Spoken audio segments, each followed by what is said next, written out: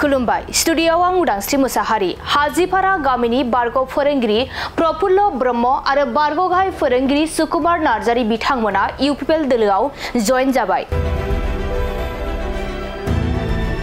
UPPL दोलोनि गोख्रों हाबा मावनाय आरो फारफ्रोमबो बिथिङाव जौगानायखौ मोजां मोननानै बारग' फोरोंगिरि प्रफुल्ल ब्रह्म बिथाङा इउपिपिएल दोलोआव जयेन जाबाय। नंगौ दिनै बाक्सा जिल्ला कक्लाबारि बियाबनि सिङाव थानाय हाजिपारा गामिनि बारग' फोरोंगिरि समाज सिबियारि प्रफुल्ल ब्रह्म बिथांजों लोगोसे बिथांनि अनजालि बिसि आरो 633 नं दाउधारा गुदि फरायसालिनि बारग' गाहाय फोरोंगिरि सुकुमार नार्जारियाबो गावनि बिसिजों लोगोसे इउपिपिएल दोलोआव जयेन जाबाय।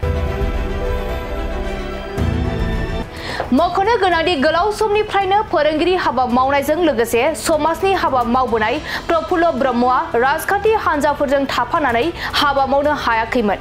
अब्लाबो दिनै प्रफुल्ल ब्रह्म आरो बारग' गाहाय फोरोंगिरि सुकुमार नार्जारि बिथांमोना गावसोरनि न'आवनो 22 नं कक्लाबारि बियाबनि एमसिएलए मन्टु बर' आरो कक्लाबारि ब्लक इउपिपिएलनि फेरेन आइजो गांखं आरो लाइमोन गांखंखौ जथायै लेंहरनानै इउपिपिएल दोलोआव जगदान जाबाय।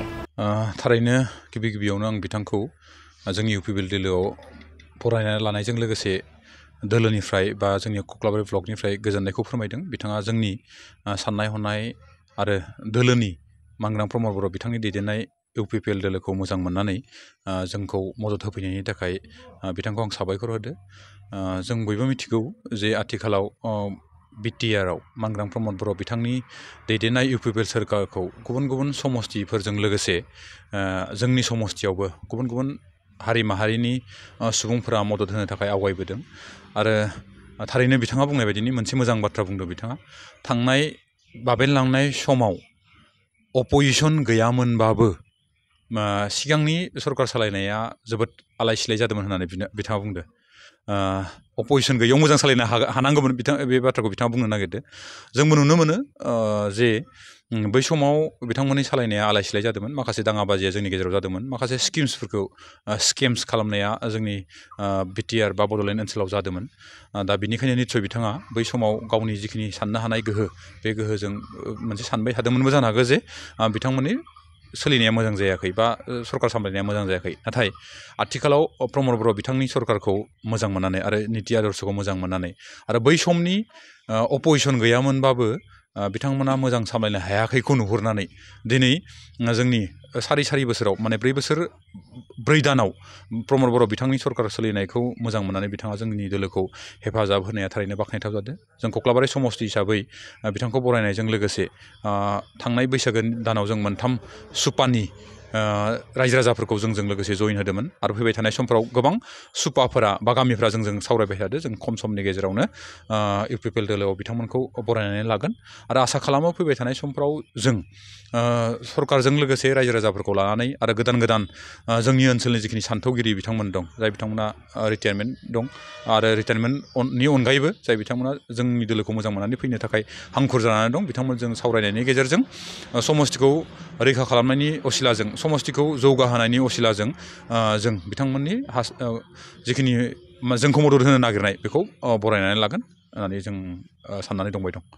थांखिया जाबाय आंनिया जे बर्तमान इउपिपिएल सरकार जानाय लोगो लोगो जोंनि ओनसोलफ्राव बिराद सान्थि फैदों आरो जिखिनि माबाफ्राव आसनिफ्राव किसुमान बहुद मोनदों आरो न'आनो जा अरुनदयानो जा जिखुनु माबायाव गासैबो बांसिन मोनदों आरो गोदोनि पार्टियाव जिखिनि मोननांगौमोन मोनाखै आरो बे बोसोराव जे गोदान सरकार जिथु दा प्रमद बर'नि जिथु सरकार सोलिदों बेयाव बहुद जोङो हान्थि मोनदों।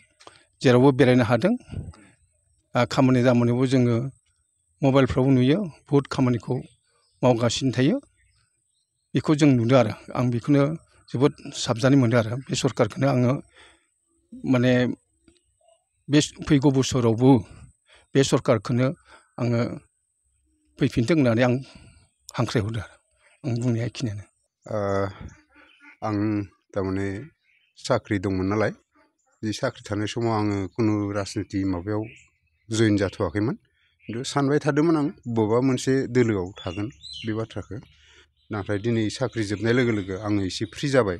फ्रि जानाय लोगो लोगो आं सानबाय थादोंमोन बबेबा मोनसे हान्जायाव आं थानांसिगोन मानोना हारि सिबिनाय माबानायनि बे थांखिखौ आङो सानबाय थादोंमोन आरो दा बेखायनो दिनै जोंनि बे ओनसोलनिनो UPPLआव जा माबा फैदों जोंहा MCLA बिथां फैदों आरो चेयारमेन दं आरो गासै बिबानगिरि नोंथांमोन जे आङो बे UPPLआव फैनायनि थांखिया बेनो जे जिहेतुके आगोलाव कुनु बिर'धि पार्टि गैयैयाव जोंनि जिथु खुंनाय बे खुंथायफोरा किसुमान नीति आदर्शफोरा जानला मोनला जालांदोंमोन नाथाय बिनि उनाव UPPLआ फैनाय लोगो लोगो गासैबो खुंथायफोरा माने मोनसे सिरिबाङै जादों मोनसे थाजोर बे माबा जादों बेखौ नुनो मोन्दों आरो बेफोरखौ नुनानैनो आंनि गोसोआबो माने गाबखांदों आरो बे UPPLआवनो आंबो थाहैगोन हाबनांसिगोन बेखौ साननानै आङो दिनै बे जइन जानाय आरो आंनि थांखिया बेखिनियानो